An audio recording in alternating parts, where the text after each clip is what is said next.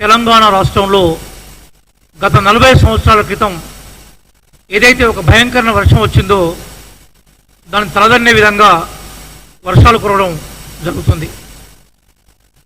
వరదలు ఉప్పొంగిన సందర్భంలో దాదాపుగా 18 మంది ప్రాణాలు కోల్పోయినారు.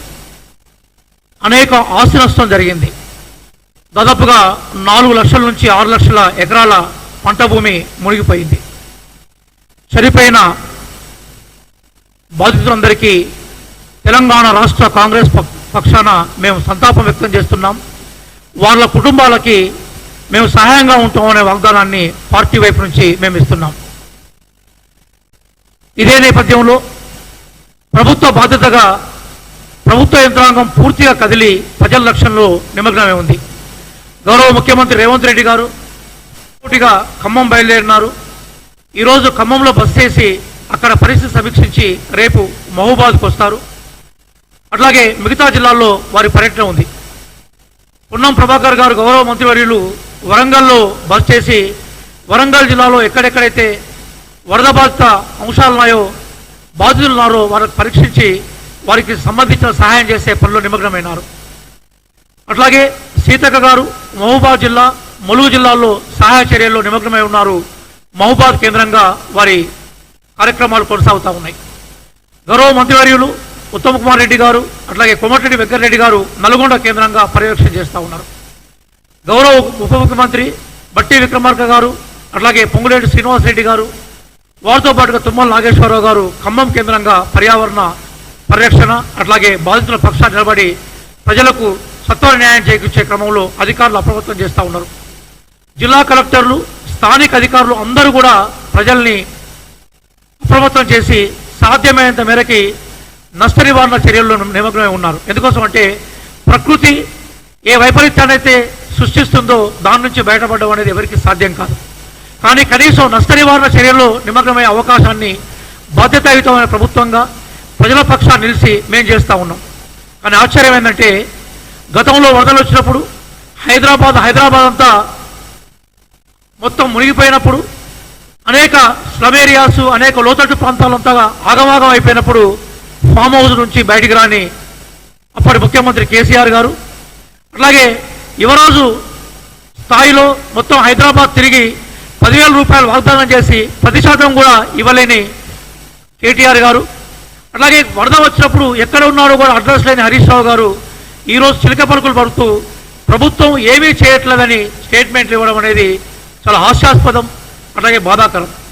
నిజంగా ప్రజానాయకులమైనప్పుడు ప్రజాప్రతినిధులమైనప్పుడు ప్రకృతి వైపరీత్యాలు సంభవిస్తే మనం రాజకీయాలకు అతీతంగా సహాయ చర్యల్లో నిమగ్నం కావాలి.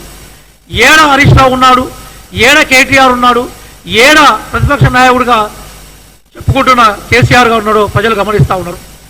ఈరోజు హైదరాబాద్లో అదే స్థాయిలో గతంలో ఉన్న స్థాయి కన్నా ఎక్కువ వర్షాలు కురిసినా కూడా ట్రాఫిక్ జామ్ కాలేదు. అట్లాగే కరెంటు పోలేదు.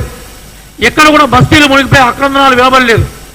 ఆ క్రమంలోనే ముందు జాగ్రత్త చర్యలు గౌరవ ముఖ్యమంత్రి రేవంత్ రెడ్డి గారు ఆధ్వర్యంలో తీసుకోవడం వల్ల హైదరాబాద్ నగరాన్ని మేము కాపాడగలిగినాం. అట్లాగే మిగతా జిల్లాల్లో కూడా ఎక్కడిదక్కడ అప్రమత్తం అయిపోయినారు. మంత్రులు స్వయంగా పర్యవేక్షిస్తూ ఉన్నారు. ఎమ్మెల్యేలు మొత్తం ప్రజల మధ్య ఉన్నారు. అది గతంలో టీఆర్ఎస్ ఎలియాస్ బీఆర్ఎస్కి కాంగ్రెస్ పార్టీ కూడా తేడా. ఇది గమనించకుండా రాజకీయాలే జీవితంగా ప్రజలు అక్రమాలు చేస్తున్నా, ఆస్తులు బోడగొట్టుకున్నా, ప్రాణాలు బోడగొట్టుకుంటున్నా, పంటలు మునిగిపోయినా వాటి గురించి ప్రస్తావించకుండా టీఆర్ఎస్ ఎలియాస్ బీఆర్ఎస్ ఈరోజు ఇక్కడ కూడా రాజకీయాలు చేయడం అనేది వాళ్ళ సంకుచిత మనస్తత్వానికి అధికారానికి దూరంగా లేకుంటే వాళ్ళ మానసిక స్థితి ఎట్లా ఉందో అది మనకు కనిపిస్తూ ఉన్నది. కాబట్టి టీఆర్ఎస్ ప్రజాప్రతినిధులుగా చెప్పుకున్న వాళ్ళు, టీఆర్ఎస్ నాయకులుగా చెప్పుకున్న వాళ్ళు అధికారంలో ఉన్నప్పుడు ఏమీ చేయలేకపోయినారు. వాళ్ళు ఈరోజు కాంగ్రెస్ పార్టీని చెప్తున్నారు. మేము అడుగుతున్నాం, మీరు అధికారంలో ఉన్నప్పుడు గుడ్డిగుర్రం పనులు వెళ్ళా మీరేమన్నా, లేదా పనికి రాకుండా ఉన్న గడ్డిని పీకే ప్రయత్నం చేసిలా? ఏమీ చర్యలు చేయలేని మీరు, ఎక్కడ రక్షణ చేయలేని మీరు, గ్రామీణ ప్రాంతాల్లో కానీ పట్టణ ప్రాంతాల్లో కానీ బాధితులకు సహాయం చేయలేని మీరు, పర్యటన చేయలేని మీరు, అందుబాటులో చర్యలు తీసుకోలేని మీరు, అందుబాటులో లేని మీరు ఈరోజు సహాయ చర్యలు తీసుకొని ప్రతి దగ్గర టోల్ ఫ్రీ నెంబర్లు ఇచ్చి, ఎమర్జెన్సీ నెంబర్లు ఇచ్చి, ఆరెంజ్ అలర్ట్లు, రెడ్ అలర్ట్లు ప్రకటించి మొత్తం జనంతో మమేకమై నిజమైన ప్రజాప్రభుత్వంగా ఈరోజు మేము ఏదైతే పనిచేస్తూ ఉన్నామో దాన్ని విమర్శించే అర్హత మీకు లేదు. అలాగే కేంద్ర మంత్రులు అక్కడ ప్రధానమంత్రి స్పందించారు. అది శుభసూచిగా మేము ఆహ్వానిస్తున్నాం. అంటే రాష్ట్ర ప్రభుత్వం ఏదైతే పనిచేస్తూ ఉన్నదో దాని మీద ప్రధానమంత్రి ఎంక్వైరీ చేసినట్టుగా ఉన్నారు.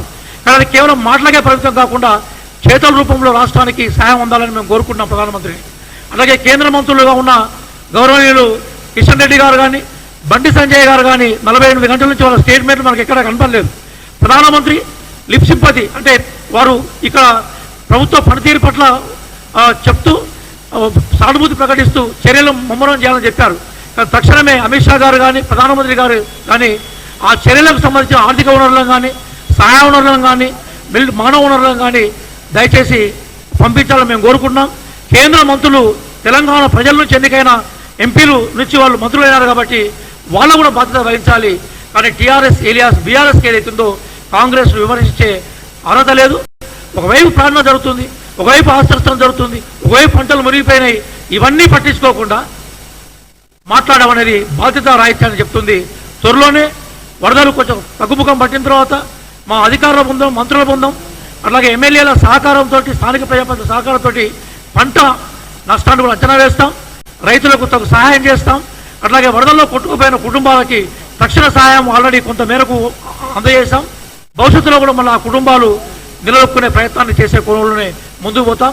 ఇక చివరిగా ప్రజలకు కూడా మేము విజ్ఞప్తి చేస్తున్నాం. దయచేసి వరదలు వచ్చే ప్రాంతాల్లోకి ఎక్కడైతే వాగులు వంతలు వస్తూ ఉంటాయో అక్కడికి రావద్దు, అక్కడ ఆ ప్రాంతాల్లో పోవద్దు. అట్లాగే కరెంటు తీగల దగ్గర ట్రాన్స్ఫార్మర్ దగ్గర ఎలక్ట్రిసిటీ నుంచి షాక్స్ ఎక్కడైతే గురవుతూ ఉంటాయో అక్కడ కొంచెం దూరంగా ఉండే ప్రయత్నం చేయాలి.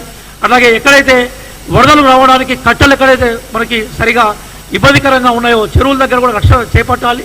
అట్లాగే ప్రజలు కూడా ప్రభుత్వానికి సంపూర్ణంగా సహకరించాలి.